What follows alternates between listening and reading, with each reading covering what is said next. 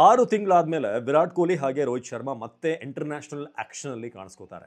Afghanistan ODI squad announcement ಆಗಿದೆ. ನಮ್ಮ ವಿರಾಟ್ ಕೊಹ್ಲಿ ಹಾಗೆ ನಮ್ಮ ರೋಹಿತ್ ಶರ್ಮಾ ಇಬ್ಬರೂ ಕೂಡ ಅಲ್ಲಿ ಫೀಚರ್ ಆಗ್ತಿರೋದು.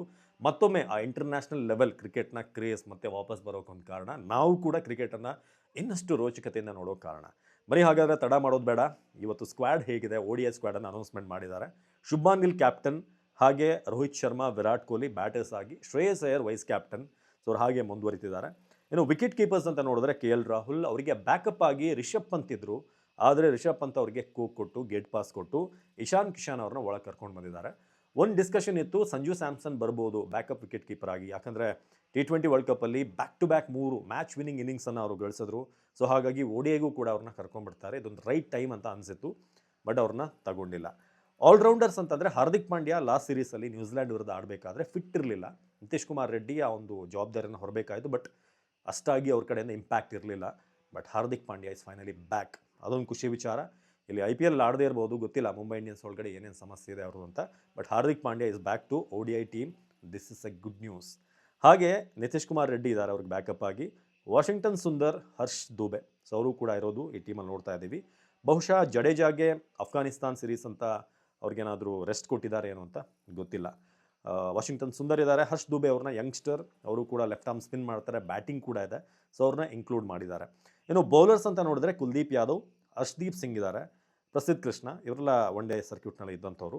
ಪ್ರಿನ್ಸ್ ಯಾದವ್ ಈ ಸಲ ಎಂಟ್ರಿ ಅಂತಂದರೆ ಅವ್ರದ್ದೊಂದು ಹೊಸ ಎಂಟ್ರಿ. ಅದ್ಭುತವಾದಂಥ ಬೌಲರ್. ಈಗಿನ IPL ಅಲ್ಲೂ ಕೂಡ ನೋಡ್ತಾ ಇದ್ರೆ ವಿರಾಟ್ ಕೊಹ್ಲಿ ಅವ್ರನ್ನ ಬೋಲ್ಡ್ ಮಾಡಿದಂಥ ಒಂದು ಬಾಲೇ ಸಾಕು ಈತನ ಸರ್ಟಿಫಿಕೇಟ್ ತೋರಿಸೋಕೆ. ಹಾಗೆ ಗರ್ನೂರ್ ಬ್ರಾರ್, ಸೊ ಇವರು ಆಲ್ರೆಡಿ ಟೆಸ್ಟ್ ಸರ್ಕ್ಯೂಟಲ್ಲೂ ಕೂಡ ಅವ್ರನ್ನ ಪಿಕ್ ಮಾಡಿದ್ದಾರೆ. ಗರ್ನೂರ್ ಬ್ರಾರ್ 6.4 ಅಡಿ ಎತ್ತರದ ಒಬ್ಬ fast bowler, hitting the deck, ಕರೆಕ್ಟಾಗಿ ಆನ್ ಸ್ಪಾಟ್ ಬಾಲ್ ಮಾಡ್ತಾರೆ. ಎಡ್ಜ್ ಆಗಿ ವಿಕೆಟ್ ಕೀಪರ್ಗೆ ಸ್ಲಿಪ್ಗೆ ಹೋಗುವಂಥ ಬಾಲ್ಗಳು ಅದ್ಭುತವಾಗಿರುತ್ತೆ ಇವ್ರದ್ದು. ಸೊ ಒಳ್ಳೆ ಕಂಟ್ರೋಲ್ ಇದೆ ಬೌಲಿಂಗಲ್ಲಿ. ಜೊತೆಗೆ ಡೆತ್ತಲ್ಲೂ ಕೂಡ ಸ್ಲೋ ಯಾರ್ಕರ್ಗಳನ್ನು, ವೇರಿಯೇಷನ್ಗಳನ್ನು ಕೂಡ ಮಾಡೋದರಲ್ಲಿ ಎತ್ತಿದ ಕೈ. ಸೊ ಹಾಗಾಗಿ ಗರ್ನೂರ್ ಬ್ರಾರ್, ಈ ಪಂಜಾಬ್ನ ಹುಡುಗನಿಗೆ ಒಂದು ಅವಕಾಶವನ್ನು ಕೊಡಲಾಗಿದೆ. ಸೊ ಅವರಲ್ಲಿ ನೋಡಿದರೆ ಈ ಟೀಮಲ್ಲಿ ರಿಷಬ್ ಪಂತ್ನ ಎಕ್ಸಿಟ್ ಆಗಿರೋದೇ ಒಂದು ಮೇನ್ ವಿಚಾರ. ಹಾರ್ದಿಕ್ ಪಾಂಡ್ಯ ಎಂಟರ್ ಆಗಿರೋದೊಂದು ವಿಚಾರ.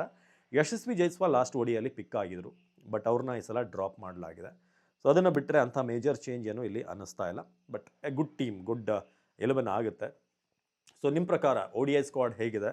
ಸೊ 11 ಹೇಗಿರುತ್ತೆ, ಹೇಗೆ ಆಡಿಸ್ಬೋದು? ನನಗೆ ಗೊತ್ತಿರೋ ಹಾಗೆ ಓಪನಿಂಗ್ ನಾವು ಸ್ಲಾಟ್ ನೋಡಿದಾಗ ರೋಹಿತ್ ಶರ್ಮಾ ಅಲ್ಲಿ ಓಪನ್ ಮಾಡ್ತಾರೆ ಶುಭ್ಮಾನ್ ಗಿಲ್ ಜೊತೆಗೆ. 1 ಡೌನ್ ವಿರಾಟ್ ಕೊಹ್ಲಿ, ಶ್ರೇಯಸ್ ಅಯ್ಯರ್, 5ನೇ KL ರಾಹುಲ್. ಸೊ ಈ ಥರ ಹೋಗುತ್ತೆ. ಹಾರ್ದಿಕ್ ಪಾಂಡ್ಯ 6. ಸೊ ಹಾಗೆ ಸುಂದರ್ ಅಥವಾ ನಿತೀಶ್ ಕುಮಾರ್ ರೆಡ್ಡಿನೇನಾದರೂ ಆಡಿಸಿದ್ರೆ 7ರಲ್ಲಿ ಆಡಿಸ್ಬೋದು. ಕುಲ್ದೀಪ್ ಯಾದವ್, ಹರ್ಷ್ದೀಪ್, ಪ್ರಸಿದ್ಧ ಕೃಷ್ಣ. ಬಹುಶಃ ಪ್ರಿನ್ಸ್ ಯಾದವ್ ಡೆಬ್ಯೂ ಮಾಡ್ಬೋದು ಅಂತ ಅನಿಸುತ್ತೆ. ಇಲ್ಲ ನಮಗೆ ಗರ್ನೂರ್ ಬ್ರಾರ್ಗೆ ಹೋಗ್ತೀವಿ ನಾವು ಟ್ರೈ ಮಾಡೋಣ ಅಂತಂದರೆ ಅವ್ರನ್ನ ಡೆಬ್ಯೂ ಮಾಡ್ಬೋದು. ಈ ಥರ ಒಂದು ಕಾಂಬಿನೇಷನ್ 11 ಇರುತ್ತೆ. ನೀವು 11ನ ಕಮೆಂಟ್ ಮಾಡಿ ಹೇಗಿರಬೇಕು 11. ಸೊ ರೋಹಿತ್, ವಿರಾಟ್ ವಾಪಸ್ ಬರ್ತಿರೋದು ಎಷ್ಟು ಖುಷಿ ಕೊಡ್ತಾ ಇದೆ. ಸೊ ಅದ್ರ ಬಗ್ಗೆ ಕೂಡ ಕಮೆಂಟ್ ಮಾಡಿ ತಿಳಿಸಿ. ಕಂಟೆಂಟ್ ಇಷ್ಟ ಆದರೆ ಮಾತ್ರ ಫಾಲೋ ಮಾಡಿ. ಹಾಗೆ ಸ್ನೇಹಿತರಿಗೂ ಕೂಡ ತಿಳಿಸಿ. ನಿಮ್ಮ ಸಪೋರ್ಟ್ ಇರಲಿ. ನಮಸ್ಕಾರ.